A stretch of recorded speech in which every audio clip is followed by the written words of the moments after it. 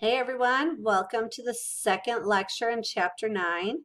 So we talked about the growth rate of bacteria, that generation time, and how they grow via binary fission. So when we are looking at bacteria, we're typically studying them in laboratories. So laboratory settings for microbes are in general perfect. I mean, we give them everything they need. We grow them at the proper temp, we give them all the nutrients they need. But in real life, that is not true for bacteria. In real life, bacteria have to adjust their behavior associated with their surroundings, so their environment. And because of this, bacteria tend to grow in groups. They can live singly. They can live on their own. I mean, each cell is an individual organism, but most live in a community called a biofilm. So that's what this is showing, is a biofilm. A biofilm is a community of bacteria, or microbes, I should say, that are living together in a protective polysaccharide casing. And so we see biofilms often in things like if you've ever been walking outside near a pond, there's those slippery kind of slimy looking rocks. Those are biofilms. In drains, we often have biofilms that form in drains. You can see it in toilet bowls and even on our teeth. Every morning and every evening, we are scraping off biofilms from our teeth. That's what mechanical brushing does, is it gets rid of those biofilms so that we don't have those bacteria potentially causing damage to our teeth.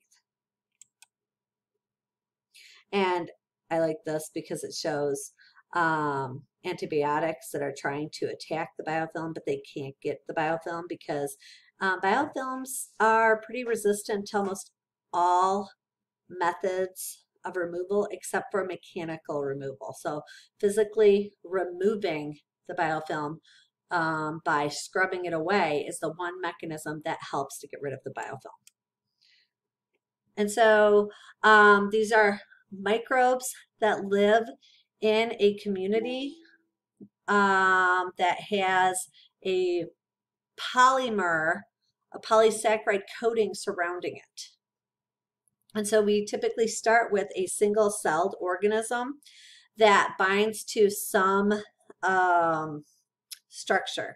The structure could be something like a rock. It could also be like our teeth. It could be something in our body. If a bacterial cell gets into our body and gets to the right spot, then it starts growing. And once it starts growing, replicating, all the cells that are forming also attach, and then other cells are going to move to the environment, and they typically communicate with each other through a process known as quorum sensing, where they send out signals and get responses. And so here we have this first planktonic cell that has a reversible attachment so it can unbind. Then other cells start attaching, and this can be within just a few minutes as these cells are replicating. They're going to attach and they start forming that polymer, and now it's an irreversible attachment. Cell division occurs. The bacteria are growing, the polymer is growing, and so now we have this very large biofilm that is going to be very protective. Nutrients from one layer can move down to another, or can move through tiny little, what do I want to call them, pores to get to other cells. Waste products of one layer can become nutrients for another layer, so you have different types of cells that can grow in here. And the only cells that are really going to be potentially hurt by anything are those cells at the uppermost layer. They're the ones that are going to be released eventually. They're also the ones that if anything's going to damage the biofilm, they're going to be the ones that get damaged first. Oh, no, no, no, no, no. So this is a video, but I'm not going to have you watch the video because that's not what I was trying to do. Sorry. Let me go back to the video, the PowerPoint. Okay. So again, in a laboratory setting, there are 4 basic phases of growth that we see in our bacteria. We have this phase called the lag phase. In lag, the cells are just getting used to the new environment. So think about when we moved bacteria from a broth to a plate or from a broth to a broth. That movement of bacteria is going to shock the bacteria. They were in one environment and now they've been moved to a new environment. This environment is much more nutrient rich and there's fewer cells. So it takes time to get used to their new environment. The temperature of the environment may be changed. There's a lot of things. The nutrients available might change as well. The types of nutrients available, I should say, might have changed as well. And so in the lag phase, the bacteria are just getting used to their environment. They're not actually replicating. They may be producing proteins for replication, but they're not actually replicating.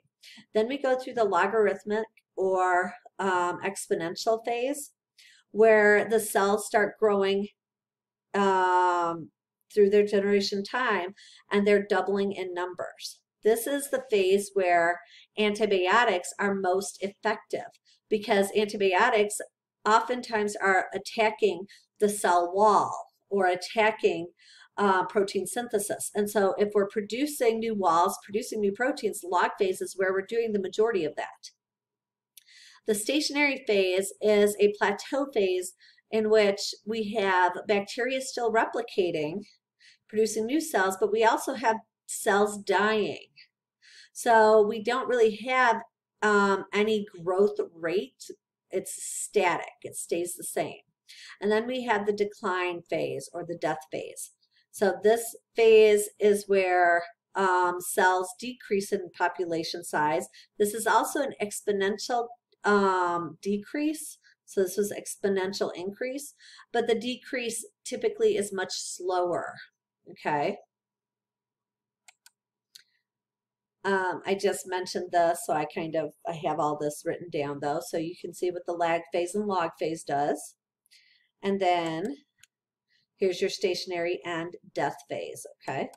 So there are some cells that are called persisters. We already know about endospores. Endospores are those structures that are formed when the environment is not beneficial for life. The cells will form an endospore and then they'll wait until the environment is beneficial and life can again exist, and then the cells will reform from the endospore that was sitting there. Persister cells are cells that stop dividing and they basically go to sleep. It's almost like they are hibernating for a period. Their metabolic rate slows down so much that they almost are thought to be dead, and then they can start replicating again once the environment is conducive for life again. And so an example there would be Mycobacterium. This is what Mycobacterium tends to do. So now we know how the cells grow, and we can see we can kind of watch their growth rate and know if what phase of the growth cycle they're in. But we need to also be able to count the cells so that we can kind of get an idea of how many cells are there. So there are different mechanisms for this. The first mechanism is just a direct cell count. With a direct cell count, you're using special counting slides in which you put a solution with bacteria in the solution. You then use a microscope and you're counting the number of cells per square. So you can kind of see this.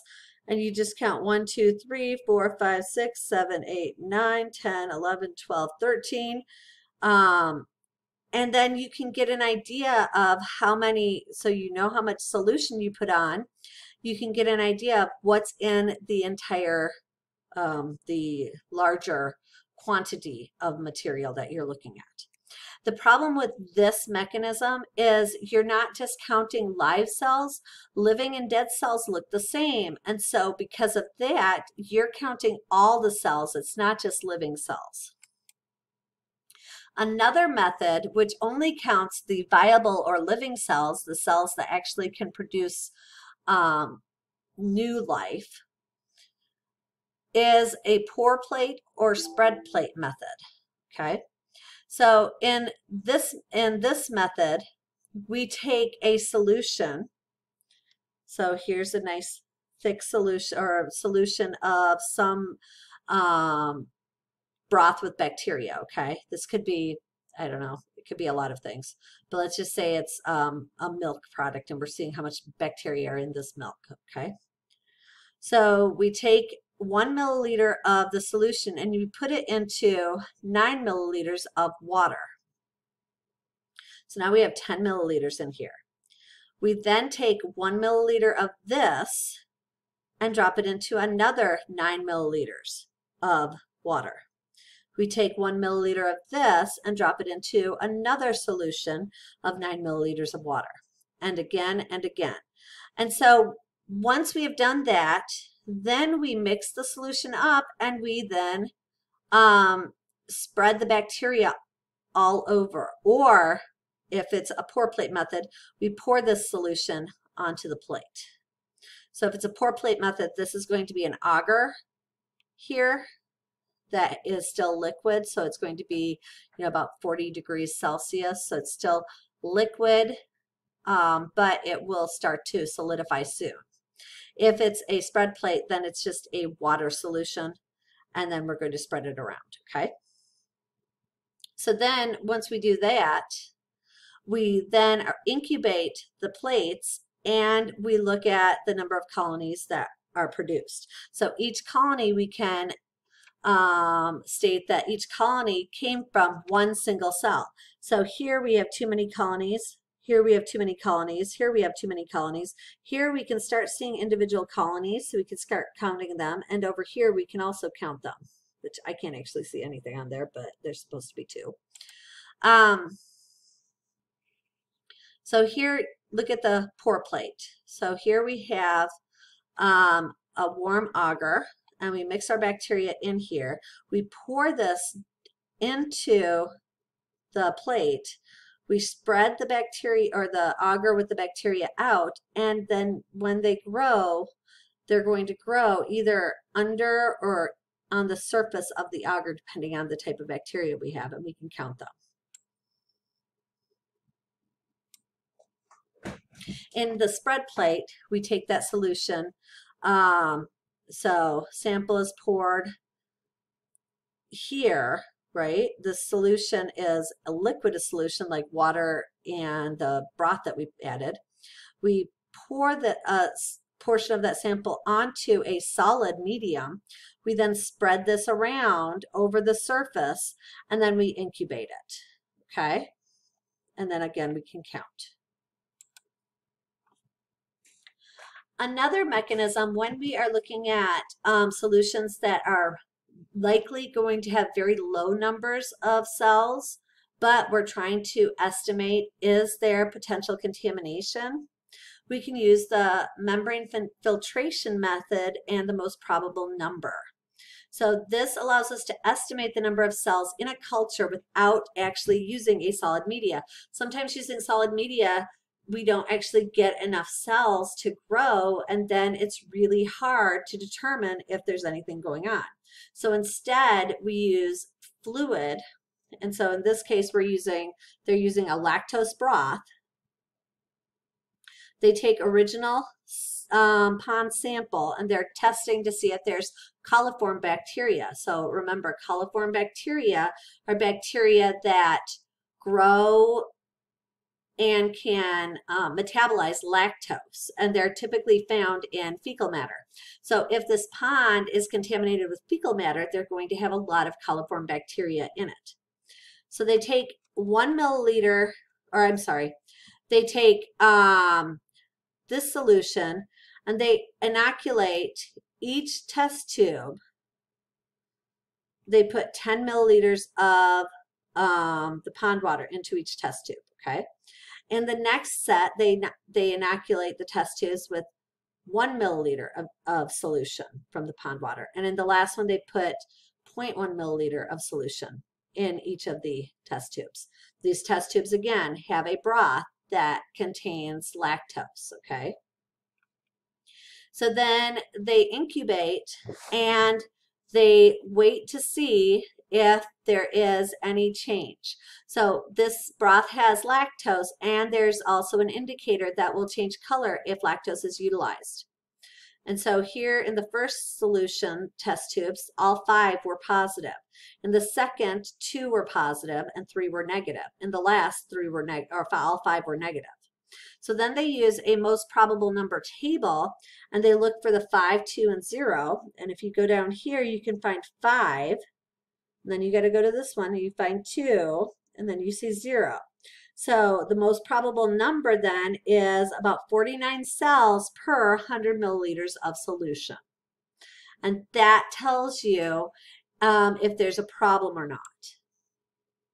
So with 49 cells per 100 milliliters of solution in a pond, that says that there is contamination, but it's a low amount of contamination. It's not a super high level, but it's probably something you want to take care of.